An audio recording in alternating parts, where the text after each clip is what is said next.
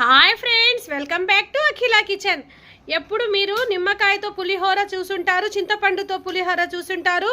నేను ఈసారి నిమ్మకాయ చింతపండు రెండు యూస్ చేసి పులిహోర ఏ విధంగా చేయాలనేది నేను చూపిస్తాను. ఈ చింతపండు నిమ్మకాయ పులిహోర సూపర్ టేస్ట్గా ఉంటుంది ఫ్రెండ్స్, రెండు కాంబినేషన్. ఇప్పుడు లేట్ చేయకుండా రెసిపీలో వెళ్ళిపోదాం. చూడండి, ఒక 50 గ్రాముల వరకు చింతపండు ఇది క్లీన్గా కడిగేసి నానబెట్టేయాలండి. ఇందులో నేను ఈ విధంగా చిన్న నిమ్మకాయలు తీసుకున్నాను. ఈ నిమ్మకాయలు 6 నిమ్మకాయలు తీసుకొని ఇది కూడా రసం పిండుకోవాలా. నేను చింతపండు నిమ్మకాయలు రెండు వేసి పులిహోర చేస్తున్నానండి.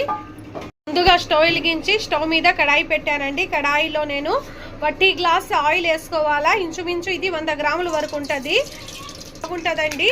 ఈ ఆయిల్ బాగా హీట్ అయిన తర్వాత ఇందులో నేను 100 గ్రాముల పల్లీలు వేసుకుంటున్నాను. 100 గ్రామ్స్ పల్లీలు కొంచెం ఎక్కువ వేసుకుంటే మాకు మధ్యలో వస్తూ ఉంటే బాగుంటుంది. ఇది దోరగా ఫ్రై చేసుకోవాలండి. చూడండి, ఈ విధంగా పల్లీలు దోరగా ఫ్రై అయిన తర్వాత పక్కన తీసుకోవాలా.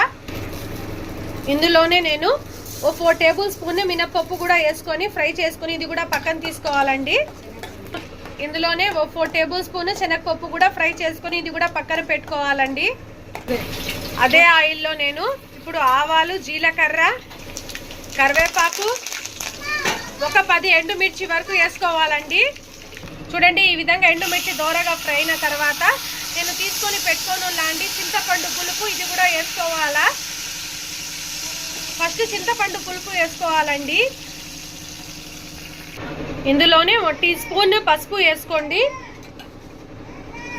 ఇందులోనే సాల్ట్ కూడా యాడ్ చేసుకోండి. నేను రైస్లో సాల్ట్ వేసి వండలేదండి, అందుకని దీంట్లో కొంచెం ఎక్కువగానే వేస్తున్నాను. ఇది బాగా ఉడకాల ఈ చింతపండు పులుసు. మీరు రెగ్యులర్గా చేసే పులిహోర కన్నా ఈ విధంగా నిమ్మకాయ చింతపండు వేసి చేసుకుంటే సూపర్ టేస్ట్గా ఉంటుంది ఫ్రెండ్స్. మీరు ఒకసారి ఈ విధంగా ట్రై చేయండి. ఇది బాగా ఉడికిన తర్వాత నేను చూపిస్తాను. నేను నిమ్మకాయ కూడా ఈ విధంగా పిండుకుని తీసుకున్నాను. ఇది 1/2 గ్లాస్ వరకు వచ్చిందండి ఈ నిమ్మకాయ జ్యూస్. ఈ విధంగా ఉడుకుతున్నప్పుడు నేను తీసుకున్న నిమ్మకాయ రసం కూడా వేసుకోవాలండి.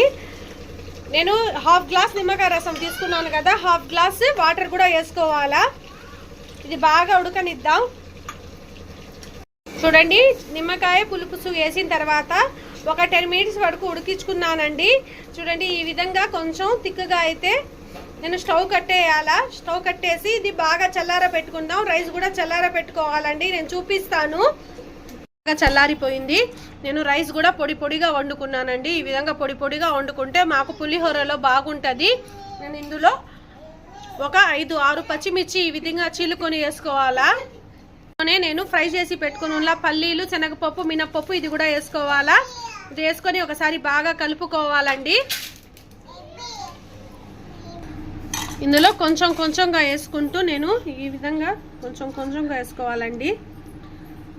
వేసుకొని కలుపుకోవాలా. నేను మొత్తం కలిపిన తర్వాత మీకు చూపిస్తాను. చూడండి, ఈ విధంగా నేను మొత్తం కలుపుకున్నానండి. ఏ విధంగా ఉందో చూడండి. పొడిగా సూపర్ టేస్ట్గా ఉంటుందండి ఈ నిమ్మకాయ చింతపండు పులిహోర.